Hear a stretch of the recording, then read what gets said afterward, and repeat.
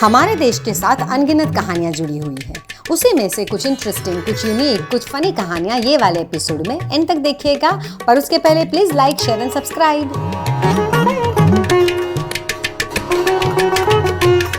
तो ये बात है 1929 की, जब पूर्ण स्वराज की घोषणा की गई और हमारे देश के सभी नेताओं ने, सभी लीडर्स ने कहा कि भाई अब हम ज्यादा नहीं, 1929 की बात है, 1929 में कि 26 जनवरी 1930 इंडिया आजाद हो जाए, ये डिसाइड हो गया।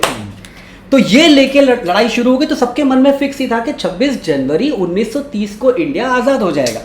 अब जैसा कि सब जानते हैं वैसा हो नहीं पाया। वो हो नहीं पाया क्योंकि वर्ल्ड वॉर छिड़ गई, यूरोप के हालत बहुत ख़राब हो गए और बहुत ही उसके बाद जो 10-12 साल का पॉलिटिक्स है, वर्ल्ड पॉलिटिक्स, वो बहुत ही कॉम्प्लिकेटेड रहा। उसका इतिहास सब लोग जानते ही हैं। तो उसके चलते अब सिचुएशन ये हो गई कि टिल 1945 जब तक वर्ल्ड वॉर ख़त्म नहीं हुआ और जापान ने साइन नहीं किए सरेंडर के पेपर्स, तब तक इंडिया की आज़ादी की बात आगे अंग्रेज़ों से बढ़ नहीं पाई। जैसे ही वो हो गया, वर्ल्ड वॉर खत्म हो गया, तो डिसाइड हो गया कि भाई अब तो इंडिया को आज़ाद करना ही है। तो इंडिया की आज़ादी डिसाइड 1948 तक हो जाएगा क्योंकि पार्टीशन भी करना था। लेकिन जब ये डिसाइड हुआ कि पार्टीशन करेंगे तो लॉर्ड माउंटबेटन को एक डर ये भी लगा कि अगर हम 48 तक वेट करेंगे, उतना वेट करेंगे, तो सिविल वॉर होने के चांसेस हैं क्योंकि लोगों के बीच की हेट्रेड और नफरत जो है वो बढ़ती जाएगी और फिर उसे कंट्रोल करना बहुत मुश्किल हो जाएगा। तो उन्होंने ये डिसाइड किया कि 1947 में ही आज़ाद कर दो। तो हमारे जो दो देशों की रेखा खींची गई है, हिंदुस्तान और पाकिस्तान की, बहुत जल्दबाजी में खींची गई है, बहुत ही रैंडम तरीके से, और बहुत ज़्यादा इफेक्टिव या एफिशिएंट बंटवारा नहीं था, ये सब जानते हैं। खैर 15 अगस्त थी क्यों? तो 15 अगस्त इसलिए कि एज सच कोई खास बात नहीं है 15 अगस्त में, लेकिन 15 अगस्त 1945 को जापान ने सरेंडर किया था। तो लॉर्ड माउंटबेटन को लगा कि हमारी अंग्रेजी सरकार, अंग्रेजी देश के अंदर पढ़ने वाले बच्चे 2 तारीखें क्यों याद रखें, वो एक ही तारीख याद रखेंगे, उनका काम निपट जाएगा। तो उन्होंने कहा 15 अगस्त 1945 को जापान ने सरेंडर किया वर्ल्ड वॉर में, तो 15 अगस्त 1947 को इंडिया को आज़ादी दे दी जाए। इस तरीके से 15 अगस्त 1947 को हमको आज़ादी मिली और हम आज भी इस दिन को सेलिब्रेट करते हैं। तो जहाँ तक इंडिया की बात है या कोई भी देश जो होता है, उसके जो स्तंभ होते हैं, उसके पिलर्स, वो क्या होते हैं, कोई भी सोसाइटी के पिलर्स। अब बाकी देशों की तो बात चलो छोड़ो, मगर इंडिया के पिलर्स जो हैं, जय जवान जय किसान, ये 2 बहुत बड़े पिलर्स उस वक्त हुआ करते थे जब आज़ादी और आज़ादी के तुरंत बाद, करेक्ट, हमारे सोल्जर्स, हमारे सैनिक जो लड़ते रहे। लेकिन आज हम बात कर सकते हैं कोविड वॉरियर्स की भी, आज हम बात कर सकते हैं डॉक्टर्स की भी। तो ये सारे पिलर्स हैं, ये सारे लोग हैं जिन्होंने मिल के हमारे सोसाइटी को, हमारे देश को एकजुट बना के रखा हुआ है और उन्हें कभी नहीं भूलना चाहिए। वो सरहद पे हैं ताकि हम चैन से अपने घरों में सो सकें, वो जागते हैं वहाँ पे। इसीलिए डॉक्टर्स दिन रात काम करते हैं अस्पताल में ताकि हम हमारी रक्षा कर सकें, ताकि हम जिंदा रहें, हम वेलबींग के साथ रह सकें। तो ये जो छोटा मोटा काम करने वाले हैं वो भी आज देश के सैनिक ही हैं। सिर्फ वर्दी पहनने का मतलब सैनिक होना नहीं होता है।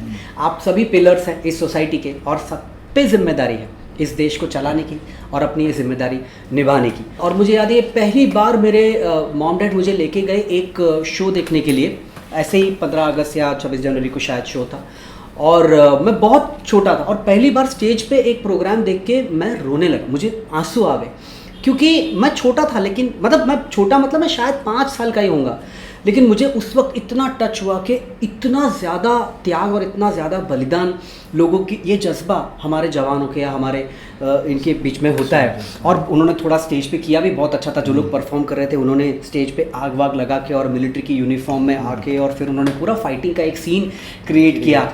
तो बचपन से ये चीज़ें बच्चों को देखना समझना ज़रूरी है, तभी तो भारतीयता की, तभी तो नेशनैलिटी की फीलिंग आएगी, वरना आती। अब आजकल मैं देख रहा हूँ ऐसे प्रोग्राम कम होते हैं, ज़्यादातर होते नहीं। पहले तो क्या छोटे छोटे शहरों में भी ये प्रोग्राम हुआ करते थे। अरुण खेत्रपाल की जो कहानी है, जिन्हें परमवीर चक्र मिला था, उन बहुत अच्छी कहानी है। लेकिन उसकी सबसे अच्छी बात जो मुझे लगती है, तो अरुण खेत्रपाल 1971 के वॉर में शहीद हो गए अपना टैंक लेके दुश्मन के सामने, और दुश्मन के बहुत सारे टैंक थे, बड़ा सामने मुकाबला हुआ, उनका टैंक खराब हो गया तो वो वहीं रेती में फंस गए और आगे नहीं बढ़ पाए। लेकिन उनको ये भी कहा गया कि आप अपना टैंक छोड़ के और निकल जाइए, अपनी सेफ्टी कर लीजिए। लेकिन उन्होंने कहा जब तक आखिरी गोला मेरे टैंक में है मैं नहीं छोड़ूंगा टैंक। तो उन्होंने नहीं छोड़ा और वो लड़ते रहे और उनके सामने आखिर में एक पाकिस्तानी टैंक जो है वो उनके बिल्कुल सामने आ गया। और फिर बाद में दोनों ने फायरिंग की और उसमें वो जो पाकिस्तानी टैंक में जो अफसर थे वो कूद के निकल गए, मगर अरुण खेत्रपाल नहीं निकल पाए और वो शहीद हो गए। उन्हें परमवीर चक्र भी दिया गया फॉर एक्स्ट्रॉर्डनरी ब्रेवरी। लेकिन इसकी अरुण खेत्रपाल की फैमिली पूरी सैनिकों की फैमिली, यानी उनके फादर एमएल खेत्रपाल वो भी आर्मी में थे। और कई सालों के बाद इस घटना के 1971 के 30 साल बाद जब उन्हें, क्योंकि उनका ओरिजिनल जो वतन था वो पाकिस्तान में था, तो वो सरगढ़ी में, तो वहाँ गए। अब जब वो वहाँ गए तो उनकी खातिरदारी आवभगत जिस तरीके से की गई, जिस तरीके से उनको पाकिस्तान के लोगों ने नवाजा और बहुत उनको प्यार दिया, ख़ास एक ज़हीर साहब थे जो उनका ध्यान रख रहे थे। और फिर आखिरी दिन जब वो आ रहे थे तब उन्होंने बताया कि वो उनके बेटे के सामने जिस टैंक में थे वो थे। तो ये बहुत ही दिल को छू लेने वाली कहानी है। हमें क्यों ना प्राउड हो, हमें क्यों ना अपने देश के ऊपर, क्योंकि दुनिया में ऐसा कोई देश नहीं है, इतनी डाइवर्सिटी। आप फिर भी देखिए, मैं नॉर्थ ईस्ट गया हूँ, चाहे आप चले जाएं मणिपुर, नागालैंड, असम, चाहे मैं साउथ गया हूँ, चाहे आप वहाँ चले जाएं तमिलनाडु, केरला, या वेस्ट में जहाँ से मैं हूँ गुजरात, पंजाब, राजस्थान, एकदम नॉर्थ में चले जाएं, हर जगह पे लोग एज एन इंडियन अपने आप को आइडेंटिफाई करते हैं। दुनिया के किसी बड़े, इतनी बड़ी लैंड मास पे इतने अलग अलग तरह के लोग एक आइडेंटिटी से नहीं बंधे हैं। ये सिर्फ इंडिया में ऐसा होता है और ये होता है।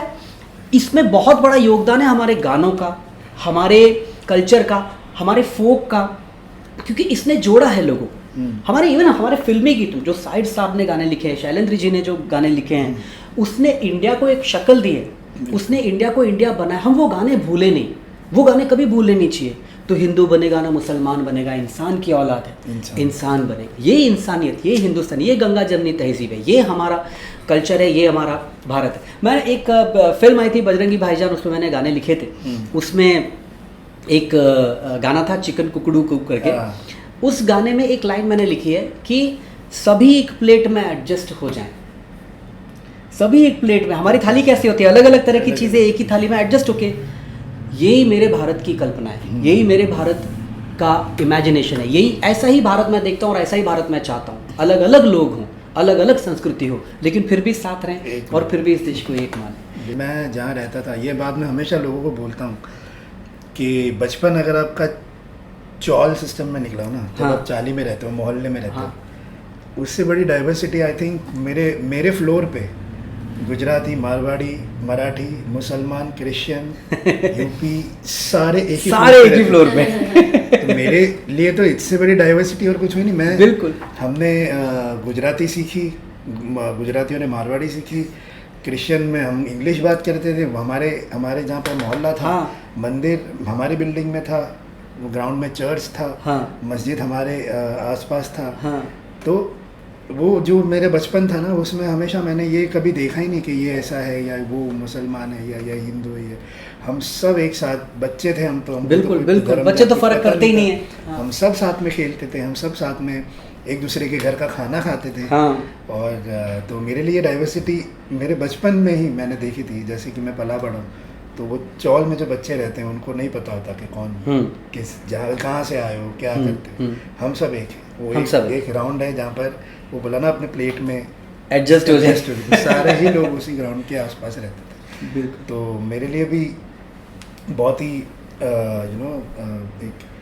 एक प्राइड वाली बात है कि मेरे मुस्लिम दोस्त जो ऐसे टाइम पे हमारे काम आते हैं, या हम जब उनकी लाइफ में कोई परेशानी होती है हम उनके काम आते हैं। तो कभी ये भेदभाव किसी चीज़ में रहा ही नहीं। हमारा देश दुनिया का सबसे यूनिक देश, खतरनाक देश, ऐसा कोई दूसरा देश नहीं हो सकता, क्योंकि हम भैया सबसे खतरनाक जुगाड़ू हम सबसे हम मतलब टाइम का जुगाड़ कर लेते, बिल्कुल है ना। हम लोग जो दुनिया उसको IST बोलती है, हम उसको इंडियन स्टैंडर्ड टाइम नहीं बोलते, हम उसको इंडियन डायलॉग एक याद है बहुत। सचिन जी का हमेशा रहते, मयूर भाई देना है, डिलीवरी है, ये है, वो है। चिल करो, जो टाइम पे काम होना है ना उसी टाइम पे होगा। वो सिर्फ तुमको प्रेशर देंगे कि हमको कल देना है, ये कल देना है। Correct. But उसी टाइम पे होगा जिस टाइम पे हम लोग उनको देंगे। इतना टेंशन लेना बंद कर दो। तो मुझे ऐसा लगता ना, इतना मैं डरा हुआ होता था, अरे यार ये गाना सुनने के लिए वो आने वाले हैं, और मयूर भाई एकदम चिल। नहीं, वो तो 2 दिन बाद ही होगा। नहीं होगा तो नहीं।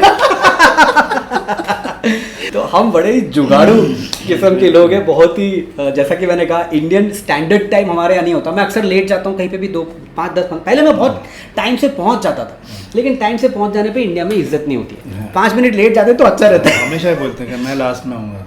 हाँ, मैं लास्ट में, मेरी एंट्री लास्ट होगी। तो फेमसली लेट जैसा होता है थोड़ा बहुत 5-10 मिनट। तो वो 5-10 मिनट को हम लोग इंडियन स्टैंडर्ड टाइम नहीं बोलते, इंडियन स्ट्रेचेबल बोलते। तो एक जोक है, बड़ा अच्छा जोक है ये। तो जोक ये है कि 3 बड़े बड़े देशों के नेवी के चीफ एडमिरल लेवल के, तो इंडिया के एडमिरल, रशिया के और अमेरिका के, वो तीनों इकट्ठे हुए बोले साउथ पोल जाते हैं, साउथ पोल जाएंगे, पेंगुइन देखेंगे। अपनी अपनी टुकड़ियों को लेके, सब सेलर्स को लेके, तो भैया एक बड़ा सा जहाज़ तैयार किया गया, उसमें अमेरिका के एडमिरल और रशिया के और इंडिया के, ये तीनों के तीनों निकल पड़े साउथ पोल जाने के लिए। अब वहाँ ठंडी साउथ पोल में बर्फ़ ही बर्फ़ हर तरफ, अब हवा चले खतरनाक, -0 टेम्परेचर्स, ऐसी बुरी हालत में तीनों एडमिरल डेक के ऊपर बैठे हैं और एक एक ड्रिंक लेके बैठे हैं, और सारे सोल्जर्स वहाँ पे, सेलर्स सारे के सारे घूम रहे हैं। तो अमेरिका के जो एडमिरल थे उन्होंने अपनी टुकड़ी को बुलाया, बोला इधर आओ, hey you chaps stand in a line. तो सारे के सारे लाइन में खड़े हो गए। Take down your clothes, strip yourself, be bare naked and stand. सारे के सारे अमेरिकन जो सेलर्स थे उन्होंने अपने कपड़े उतार दिए, नंगे खड़े हो गए डेक के ऊपर। देयर निपल्स बिकेम ब्लैक, काले पड़ गए, इतनी ज़्यादा ठंडी, इतनी खराब हालत, लेकिन खड़े रहे वो ऐसे ही। एडमिरल साहब ने बड़े शान से अपने रशियन काउंटर पार्ट और इंडियन काउंटर पार्ट को देखा और कहा, see the guts, see the guts. Russia ने बोला, you call that guts, I show you guts. उसने अपने सेलर्स को बुलाया, बॉयज लाइन अप, सारे के सारे लाइन में खड़े हो गए। Remove your clothes, everything, become bare naked, सारे कपड़े उन्होंने उतार दिए।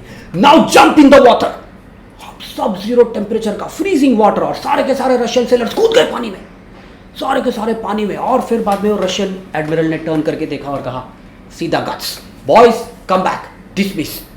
बॉयज को डिसमिस कर दिया। अब देखा हमारे इंडियन एडमिरल साहब बैठे हैं, अपने विस्की को टर्न किया उन्होंने, एक सिप लिया और बोला, you call that guts, I show you guts.